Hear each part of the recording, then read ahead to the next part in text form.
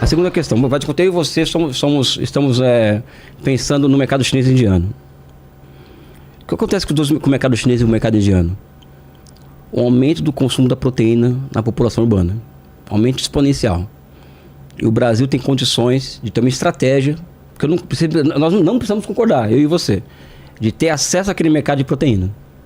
Só que você não vai ter acesso àquele mercado de proteína com pequenas indústrias de frigorífico. Você vai ter que ter um nível de centralização do capital muito grande para você ter a escala para ter acesso àquele mercado.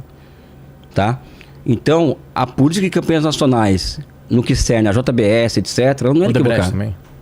Não foi equivocada, na minha opinião. Teve uma estratégia. O que é equivocado é você criar um monopólio, que não é artificial, não existe monopólio artificial, sem contrapartida. Porque esses caras pegaram dinheiro do BNDES, compraram todo mundo para no final da história ir morar nos Estados Unidos. E venderam no Brasil, vendiam carne no Brasil a preço monopsoníaco, ou seja, a partir de monopsônios, ou seja, eles têm o monopólio da oferta e criam um preço artificial a partir dela. Então acho que o equívoco não foi a política em si, e sim a falta das contrapartidas para a sociedade dessas questões. Mas se você olhar para a China e para a Índia, eu não vou ter uma estratégia de entrar naquele mercado de proteína, eu sou muito burro. Então acho que esse é um ponto. O outro ponto, a nova matriz macroeconômica. Vamos lá, vamos discutir um pouco isso daí. Existe um problema ali, são discussões que eu tinha que apresentar a Dilma, de falta de coordenação. Tá? Então existia uma política de Estado, de governo, que era industrialista, ou seja, é um governo pautado pela necessidade do Brasil se reposicionar. O Brasil, qual era a estratégia do Guido Mantega, por exemplo? Da Dilma, do campo popular, né? Democrático Popular e Nacional. Né? Olha, existiam as conquistas do governo Lula, né, no período até 2010, para manter as conquistas sociais do período do governo Lula, nós temos que elevar a taxa de investimento a 25% da economia, né? E para isso nós vamos ter que fazer tais políticas, né? Ou seja, é uma meta, e qualquer país do mundo faz isso, né? Capitalista, inclusive, né? A questão é que isso não era combinado com o Estado, ou seja, se você pegar hoje, por exemplo, quem que comanda a política monetária no Brasil? É o Banco Central. Hoje é o Banco Central. Há muito tempo. Há 40 anos que o Banco Central toma conta. Há 40 anos que a Faria Lima toma conta da política industrial, da política monetária. Né? Ou seja, existe o que eu chamo de clash institucional. Ou seja, o governo pensava de uma forma e o Estado brasileiro, os seus marcos institucionais, pensavam de outra forma. O Banco Central quase autônomo, LRF, a Lei de Responsabilidade Fiscal, a Lei 8.666, ou seja, uma série de constrangimentos institucionais criados ao longo da década de 90 que a política de metas de inflação, né? A temporalidade de 1 ano para a política de metas de inflação, ou seja, tudo isso ia de encontro à política de governo. Você não tem como você industrializar um país com meta de inflação de 1 ano. Você é contra a meta de inflação? Eu vou falar de forma keynesiana, não marxista. Eu sou contra qualquer regra fiscal a princípio. Qualquer regra fiscal. Calma, vou chegar lá. Vai falar que eu sou irresponsável fiscal, não é isso? Tá? Agora, quando eu vou fazer política, eu observo a correlação de forças na sociedade. Então não posso chegar e falar, olha, acabou a meta de inflação, tá? Acabou, não acabou. Não tenho condições políticas de fazer isso, eu não tenho consenso na sociedade com relação a isso, eu não tenho apoio na Câmara de Deputados ou de Vereadores para fazer isso. Agora, abrir uma discussão sobre a temporalidade das metas de inflação, ou seja, de vez de ser 1 ano, ser 3, de forma que o Banco Central não use e abuse da taxa de juros para combater preços sazonais, né? Por exemplo, vem o preço do tomate, ele sobe, tem inércia inflacionária, tudo sobe junto. Aí vai lá o Banco Central, vai lá e aumenta a taxa de juros. Para dar um tiro de fuzil para matar uma barata. Se você aumenta a temporalidade das metas de inflação de 1 para 3 anos, você não precisa disso. Por quê? Porque ao longo do tempo, esse preço sazonal que sobe, ele desce. Né? Então, as metas de inflação de 1%, de 1 ano, uma meta de 3% é irreal para um país que quer se industrializar. Então, como eu trabalho com a correlação de forças, eu sou favorável a uma meta de inflação de 4,5% a 5% até 6%. Tá? Meta de inflação, Elias, e um aumento da temporalidade. Tá? E acho que isso é fundamental. Porque se existe essa coordenação entre Estado e governo, a nova matriz macroeconômica poderia dar certo. Agora, eu acho que o que houve, ele qualificando a discussão entre nós, Pedro, você está qualificando uma clash institucional. O governo pensava de uma forma e o Estado pensava de outra. E no meio vem uma lava-jato, né? Que em nome do combate à corrupção fez o que fez no Brasil, né? Sabe? E que outra coisa que eu quero pontuar aqui. Eu não acredito, Pedro, que o capitalismo americano, brasileiro, ele é mais sujo do que o americano, que o europeu, que o francês, qualquer um. Né? Então, colocar a corrupção como o centro do problema, entendeu? Ou seja, é o capitalismo, meu amigo. É o capitalismo. Sabe? Eu não acho que a Google é uma empresa mais limpa que a Petrobras, por exemplo. Eu não acho que qualquer Big Tech americana é mais limpinha do que a Odebrecht, por exemplo. Eu não acho. Não, santo não existe. A questão é quando é dinheiro público e quando é privado. Não. Se a Google vai lá e colapsa e perde 20%, é dinheiro privado. Não, pera um pouquinho. As Big Techs americanas, você acha que o Elon Musk, quem financiou o emprego de 100 mil PhDs para formar Tesla, por exemplo? Mas vamos falar de rede social. Estado. Mark Zuckerberg. Não, Estado, meu amigo. O que o Estado botou no Facebook? Tudo. Tudo o quê? Tudo. Só você vê a DARPA. Você conhece a DARPA, aquela agência americana que cuida dessa tecnologia, financiamento?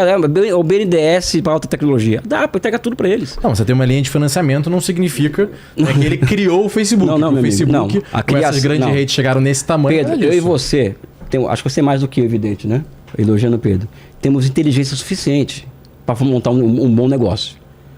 Só que no caso das Big Techs, é casa de $1 trilhão para dar certo. E isso não é o setor privado que vai entregar, é o Estado. Você gosta ou não gosta de Estado... Não, mas não foi o Estado que entregou o Facebook, que criou o Twitter, que criou essas redes sociais. Eu digo criar e chegar no nível que chegou. Sem Estado, YouTube, Google. Isso é outra questão empírica. Tem livro sobre isso, sabe? Sem Estado não teria... nem isso aqui, ó. Foi com o papo da Renata Barreto, né? Nem isso aqui teria sem Estado, sabe?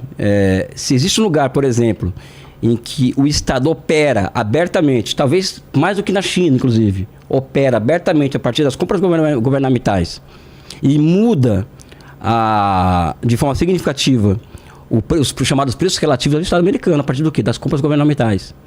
Entra, por exemplo, na internet... Mas qual foi a compra governamental de Facebook? Oi? Qual foi a compra governamental de Facebook? Não, é crédito, sabe? Você tem acesso a crédito, tem acesso a subsídio estatal. Como que acontece? Nos Estados Unidos, o Vale do Silício, por exemplo, é direto Pentágono, né? É o orçamento do Pentágono direto, na veia, qualquer empresa. Foi muito financiamento privado, muito. Os Estados Unidos têm esse estoque de capital. Ô Pedro, o setor privado não entra em lugar nenhum no mundo. Eu desafio você, como cara que eu tenho respeito, até admiração, a mostrar para mim qual o modelo de capitalismo que deu certo sem Estado. Aonde o setor privado... aonde o setor privado entrou primeiro que o Estado? Em setor de risco. Vamos pegar a ciência básica. Quem que entra primeiro? O setor privado ou estatal? É estatal. Né? Pega qualquer setor de ponta, quem entra primeiro, o setor privado ou estatal? É o Estado que entra. Gostemos ou não. Isso é fato. Eu discordo bastante, mas vamos lá. Não, porque... Você pode discordar, Pedro. Não, vontade, eu não sou um líber bobo. Tipo, não vai ter Estado. Estado é uma realidade. Tem em todos os países. Desculpa, não tem um país sem Estado. Você pode discordar à vontade. Você vai ficar no reino da vontade aí. Mas no mundo real, o Estado esteve à frente de todas as grandes inovações tecnológicas do mundo. Todas. No mundo real, o Estado não entregou sonda. Que essa foi a realidade brasileira. Como assim? Oi? No mundo real, o Estado brasileiro, as estatais, não entregaram seus resultados. Pedro. A SEDAI, no Rio de Janeiro, não entregou saneamento na Baixada Fluminense. Agora, as grandes empresas do mundo, elas têm setores de P&D. Mais uma vez, eu não estou negando que existe investimento estatal em tecnologia. Eu não sou o líber bobo, tipo, não vai ter Estado, não vai ter Estado. Eu sei disso. Tem Estado no Japão, tem Estado na Alemanha. O que a gente vai divergir é qual o tamanho desse Estado e o quanto ele manda ou desmanda. Realmente, na China, ele manda muito mais nas empresas do que nos outros países. Mas nos Estados Unidos, boa parte das inovações, grande parte das inovações, surge de investimento privado. Me mostra assim.